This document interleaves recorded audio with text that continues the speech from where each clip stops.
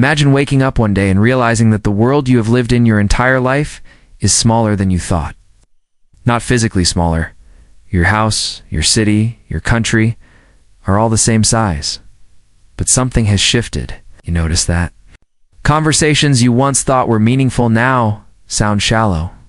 The books you once read for comfort now feel hollow. The routines that once gave you security now taste of suffocation. It's as if your consciousness has outgrown its own container.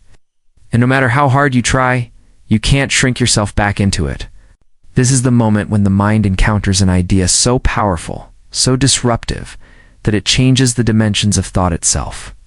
Einstein once said, "The mind that opens to a new idea never returns to its original size." At first glance, it sounds almost poetic, a metaphor for curiosity.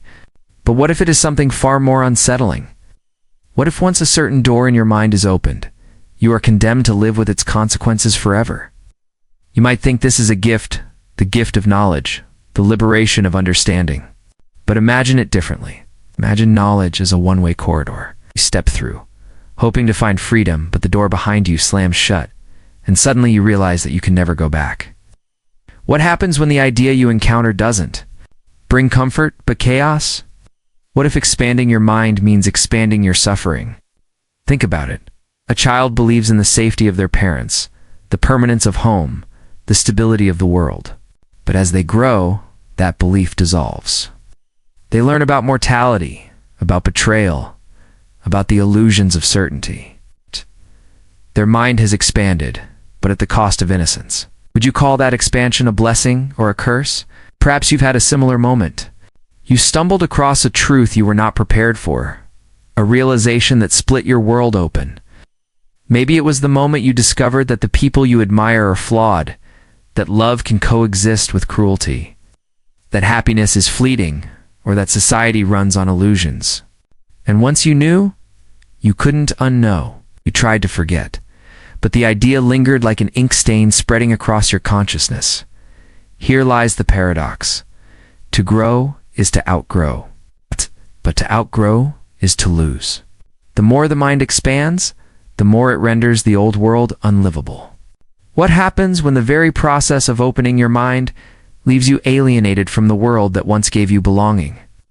Consider the possibility that ignorance was never just a lack of knowledge, it was a shelter. And every new idea that shatters it is both a liberation and an exile. If Einstein's observation is true, then each idea that enlarges your mind is also an irreversible wound. You cannot return to the comfort of smallness, no matter how much you long for it. So here's the great question. What do we do with the knowledge that cannot be unlearned? Do we embrace the expansion and risk the loneliness of standing apart from those who remain in the smaller world? Do we resist trying to close our minds and cling to the familiar illusions even though they no longer fit? Or do we search desperately for a new kind of belonging, one that matches the size of our altered consciousness? And deeper still, how many of us even dare to open our minds in the first place? Because if expansion is irreversible, then every new idea comes with a hidden threat.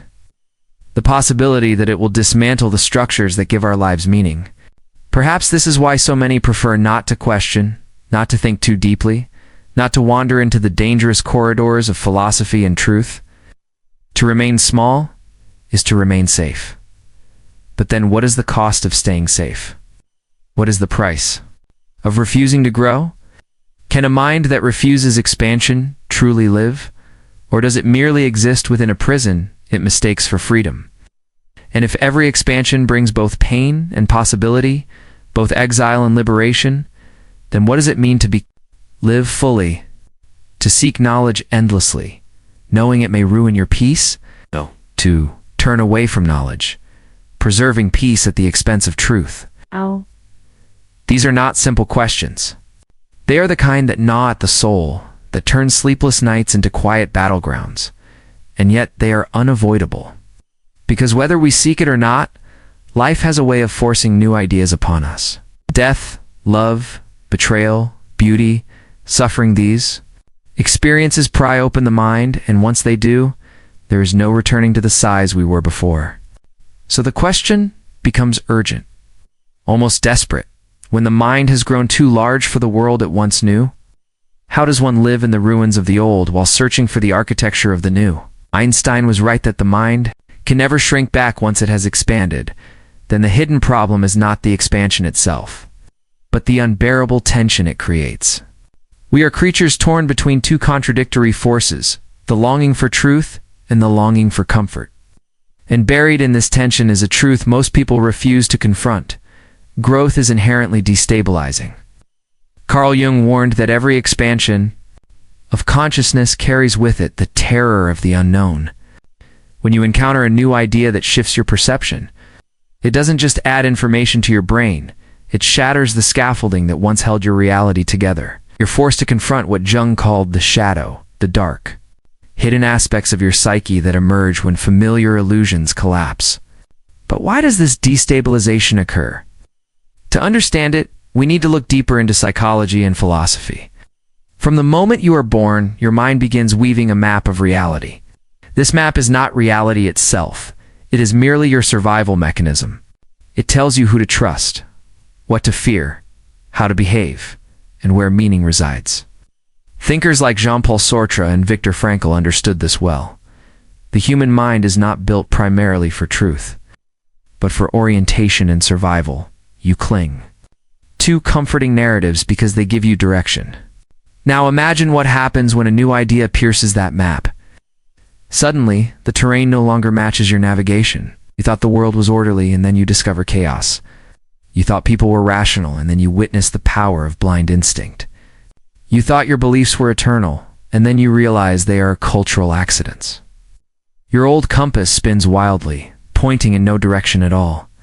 This is the essence of existential disorientation. Nietzsche described it as the moment when God is dead, not literally, but symbolically. The old gods, the old certainties, the old values collapse, leaving a void. And once your mind has expanded into that void, it cannot return to the smaller world of comforting illusions.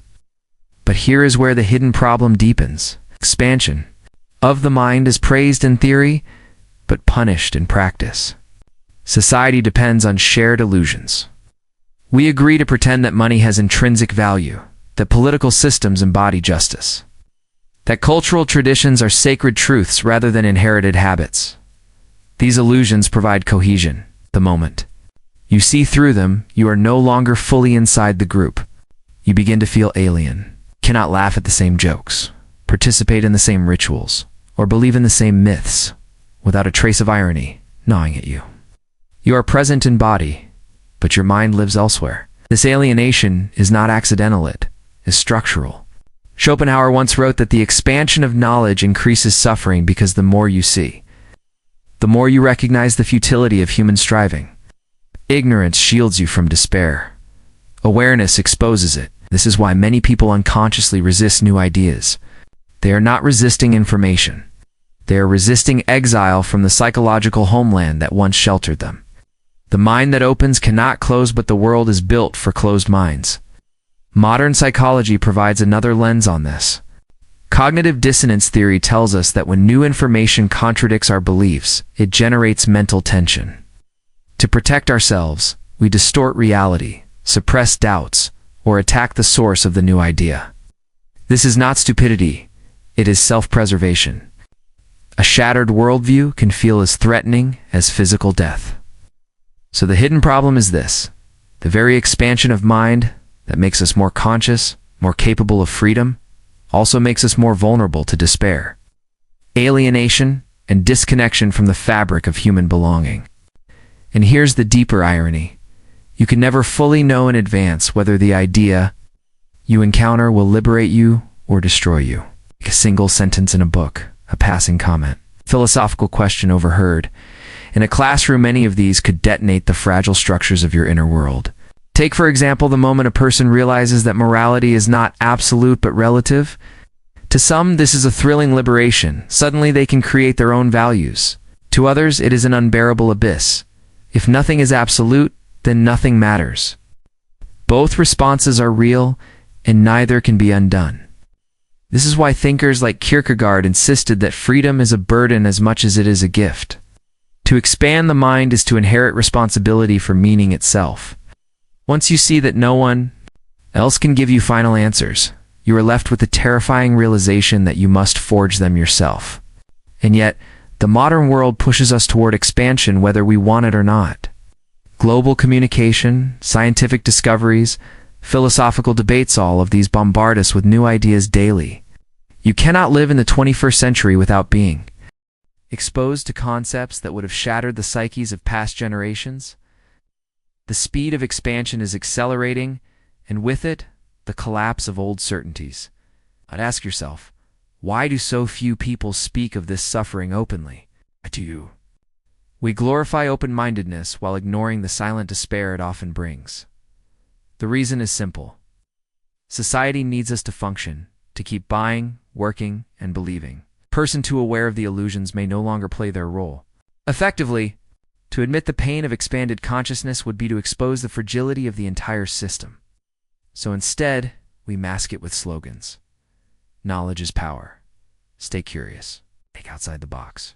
These sound inspiring, but rarely. Do they prepare you for the loneliness of actually living outside the box? So here we stand at the heart of the paradox. Expansion is irreversible, yet destabilizing. Growth promises freedom, yet delivers alienation. And behind every new idea is a hidden question. Are you willing to lose your place in the world in order to find a deeper place within yourself? The problem is not simply that the mind expands. The problem is that the world does not expand with it. And that problem has consequences. Consequences we rarely see until they are already shaping our lives in invisible ways. Expansion sounds noble in theory, but in practice it is often quiet devastation. Once the mind opens, its new dimensions ripple into every corner of life, relationships, identity, society itself. The change is rarely dramatic, but it is relentless. Like water eroding stone. At first, the consequences may feel subtle. A conversation with friends no longer satisfies you. The jokes feel recycled, the ambitions shallow. You nod, you smile, you play along, but inside you are restless. You can't unhear the whisper in your mind reminding you that there is more and more depth, more complexity, more contradiction than what passes for normal life. This is how alienation begins. It is not a sudden rupture, but a slow detachment. A quiet estrangement from the familiar world. Nietzsche understood this when he spoke of the free spirit, the individual who sees through illusions that bind others. For Nietzsche, this liberation was both a triumph and a torment. The free spirit stands apart, but the cost of standing apart is loneliness. Once your mind expands, you discover that intimacy becomes harder. How do you explain to someone that their unquestioned certainties look like fragile glass to you? Do you share your insights without sounding arrogant, bitter, or mad? This estrangement often breeds silence. You retreat into your inner world because you sense that to speak honestly would sever bonds you are not yet ready to lose. And so, paradoxically, the expansion of mind can lead to contraction of connection. But the consequences stretch further. Then relationships, they reach into your very sense of self. Consider how identity is built. From childhood, you inherit labels: student, worker, believer, citizen. These roles provide orientation, a sense of belonging. But when your mind expands, beyond the assumptions that underpin them, you begin to feel dislocated from yourself. You are no longer just the role you were told to play. You are something larger, undefined, uncontained. This can feel liberating, but also terrifying. If the structures that defined you are revealed to be illusions, then who are you really? The ground beneath the self collapses, and you hover in the void of uncertainty. Psychology offers us another angle here. Cognitive science shows that the brain craves coherence. We are wired to seek patterns, to build narratives that make life feel continuous and meaningful. But when the mind expands too quickly, coherence shatters. Old narratives no longer work, yet new ones have not formed. This liminal state between who you were and who you are becoming is profoundly destabilizing. Some never escape it. Drift through life, half awake, half alienated, able to fully inhabit the world they've outgrown, but unable to transcend it either. And here lies another unseen consequence: resentment. When your mind expands but your environment does not, bitterness can take root. You may look at others with envy for their simple faith, their unbroken illusions, their unquestioned contentment. You may resent society for rewarding conformity while punishing those who dare to think differently. The expanded mind risks becoming a cynical mind, poisoning itself with contempt for those who remain small. But contempt is only another prison. It is still a reaction to the old world, not a transcendence of it. On the societal level, the consequences are equally profound. Ideas do not remain confined to individuals, they spread. History itself is a record of expanding minds colliding with resistant societies. Galileo glimpses the vastness of the cosmos and is condemned by the Church. Darwin publishes his theory of evolution and shatters humanity's sense of divine uniqueness. Each expansion begins with one mind, but its ripples unsettle entire civilizations. Yet society resists because expansion destabilizes order. A community, bound together by illusion, cannot easily accommodate those who have seen through it.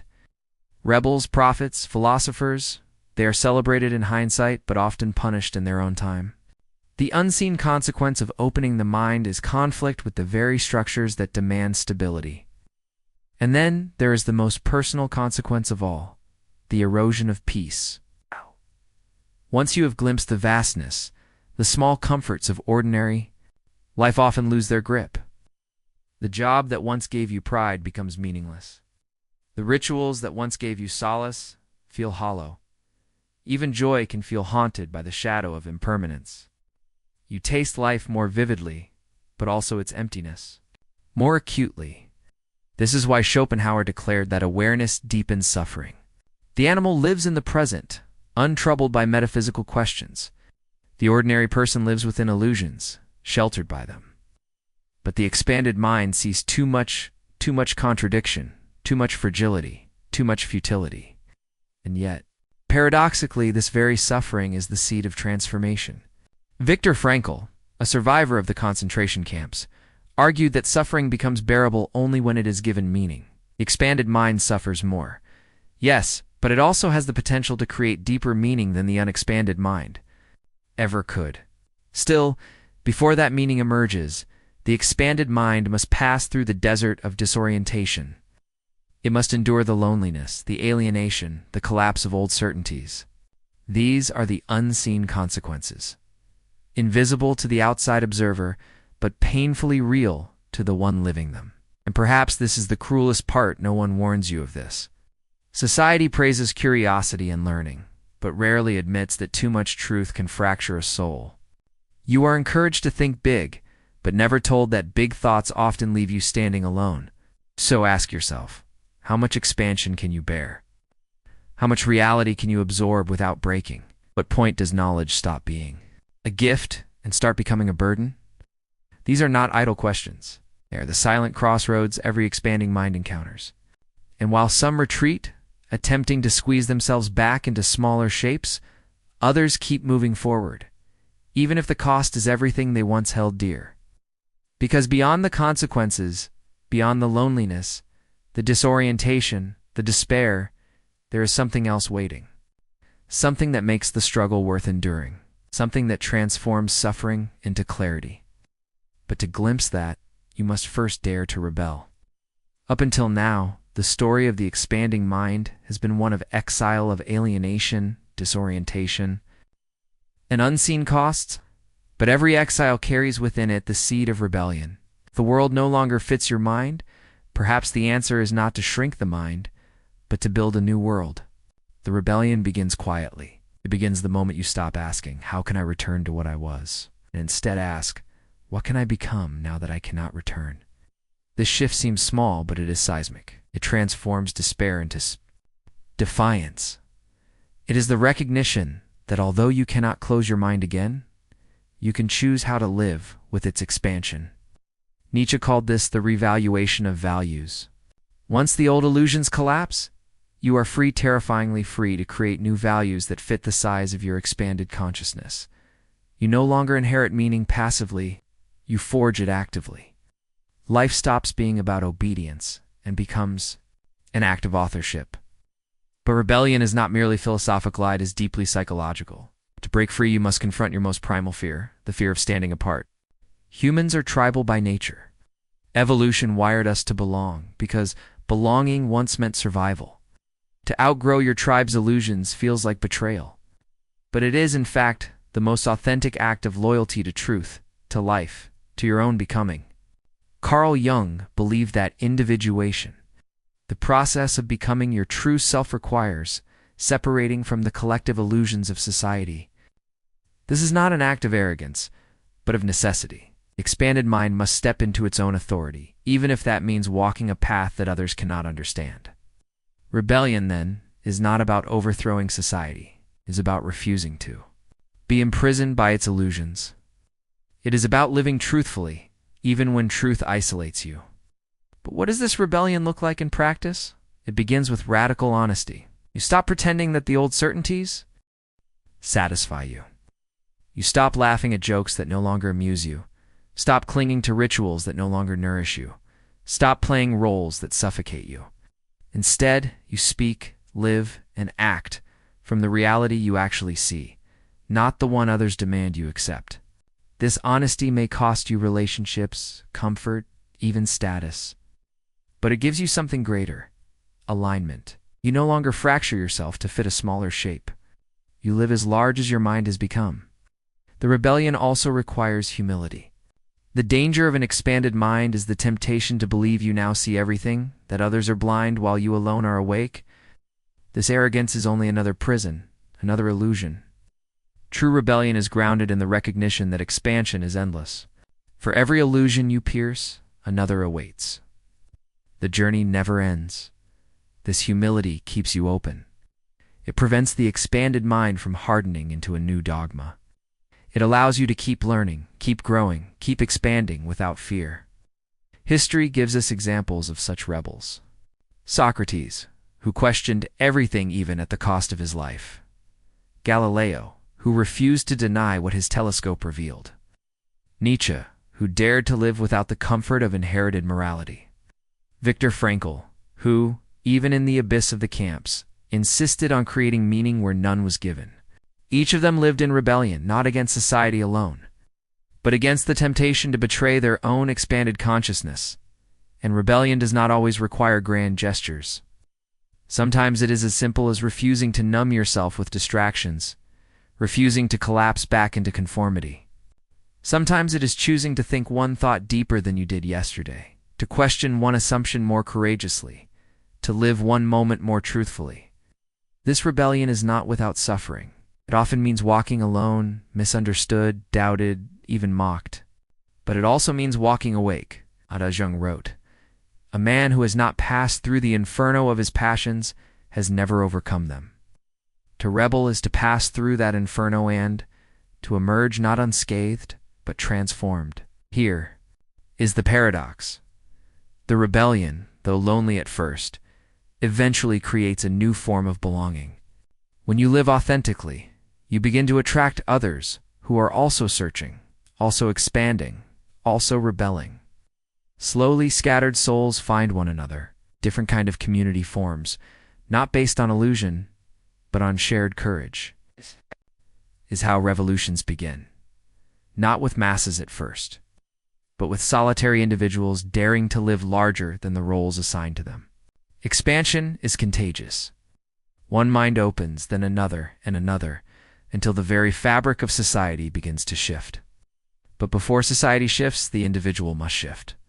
And that is the rebellion you are called to live truthfully in a world that rewards illusion, to remain open in a world that fears openness, to keep expanding even when expansion hurts. And if you succeed, if you dare to live this way, you discover something extraordinary. The suffering of expansion does not vanish, but it transforms. Loneliness becomes solitude. Alienation becomes clarity. The void becomes possibility. Because rebellion is not just resistance, it is creation. It is the birth of a new self, a new world, a new way of being. And yet, even rebellion is not the final word. Beyond rebellion lies something greater still, a realization so profound that it does not merely expand your mind, but redefines the very nature of reality itself. And that realization, the ultimate truth awaits. Every expansion of the mind feels like stepping into a larger room. At first, it is disorienting. The walls are farther away, the space emptier, the silence louder. But eventually you realize something profound. There are no walls at all. The mind that opens to a new idea does not simply grow larger, discovers that its growth has no limit. This is the ultimate truth. Consciousness is infinite. Every boundary you believed was real, whether cultural, psychological, or existential, was never absolute. Every illusion that shattered was only one layer peeled back from an endless depth. The mind that opens does not expand once. It expands forever. Einstein's phrase was not just poetic, it was prophetic. The mind that opens cannot return to its original size because there is no original size. There is only the ceaseless unfolding of awareness, the infinite spiral of becoming. Think of it this way. Every time you confront a paradox, every time you wrestle with suffering, every time you dare to question, you are not simply adding knowledge, you are stepping further into the vastness of existence. You are tasting eternity through fragments of thought. The ultimate truth, then, is not merely that growth is irreversible, it is that growth is reality itself. Existence is not static, it is expansion incarnate. But what does this mean for you, the one living in the ruins of shattered certainties, the one wandering through the deserts of alienation? It means that your suffering is not a mistake. Your disorientation is not failure. They're the very signs that you are alive in the truest sense, engaged in the eternal expansion that defines consciousness itself. This realization reframes everything. Loneliness? It becomes the proof that you have stepped beyond inherited illusions, that you are no longer confined to the smallness of unquestioned belonging.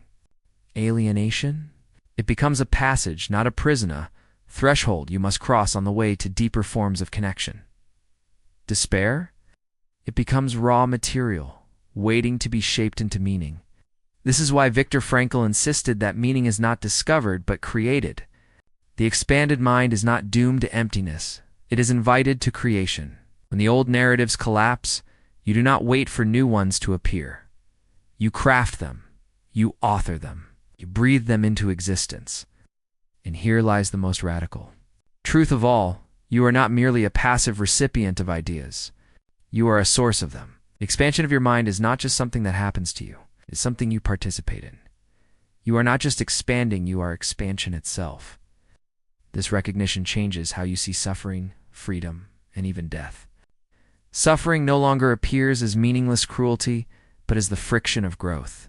Just as a seed must break open to become a tree, just as the caterpillar must dissolve into chaos before emerging as a butterfly, so too must you endure disintegration in order to expand. Freedom is no longer the absence of constraints. It is the courage to step into the unknown without guarantees. It is the act of choosing meaning even when none is given. In death, perhaps the most feared of all, boundaries reveals itself as only another threshold. If consciousness is expansion without limit, then even death cannot shrink it back to its original size. It is only the next unfolding, the next room, the next horizon. To see this is to live differently. You stop chasing the illusion of final answers. You stop clinging to certainties that collapse at the first touch of truth. Instead, you embrace the journey itself, the endless opening, the endless becoming. Life ceases to be a problem to solve and becomes a mystery to live. The poet Rilke once wrote, "Try to love the questions themselves. Live the questions now." Perhaps then, someday far in the future, you will gradually, without even noticing it, live your way into the answer. This is the essence of the expanded mind. It is not about having answers. It is about daring to live within the questions, trusting that expansion itself is the answer. And here's the final paradox, the one that gathers all others into itself. The more your mind expands, the more you realize that you never truly owned it. Consciousness is not contained within. You are contained within it. You are not a small mind brushing against infinity. You are infinity glimpsing itself through the lens of a small life. This is why no expansion can ever be reversed. Once you glimpse the infinite, even for a moment, the illusion of smallness is gone forever. You may return to ordinary life, but you return changed. You may go through familiar routines, but you do so with the quiet knowledge that behind every appearance lies vastness, and that knowledge is freedom. It's not freedom from suffering, but freedom within it. Not freedom from limits, but freedom to transcend them through meaning. Not freedom from death, but freedom to live, knowing that death itself belongs to the expansion. So the ultimate truth is both unsettling and liberating. You cannot return. You will never be the same again. The mind that is opened will never fit back into its old shell. This is not a curse. It is a calling. Your calling. To keep expanding, no matter how painful. To keep questioning, no matter how unsettling. To keep creating meaning, no matter how fragile. Is to expand, is to be fully alive. So when you feel the disorientation of growth, when you feel the loneliness of standing apart, when you feel the despair of shattered certainties, remember this: you are not breaking. You are unfolding. You are not lost. You are becoming. And one day, perhaps without realizing it, you will look back and see that every paradox, every wound, every moment of alienation was not a punishment, but an initiation into the vast, infinite mystery that is consciousness itself. The mind that opens to a new idea never returns to its original size, because the mind was never meant to remain small. It was always meant to expand until expansion itself is revealed as who you truly are.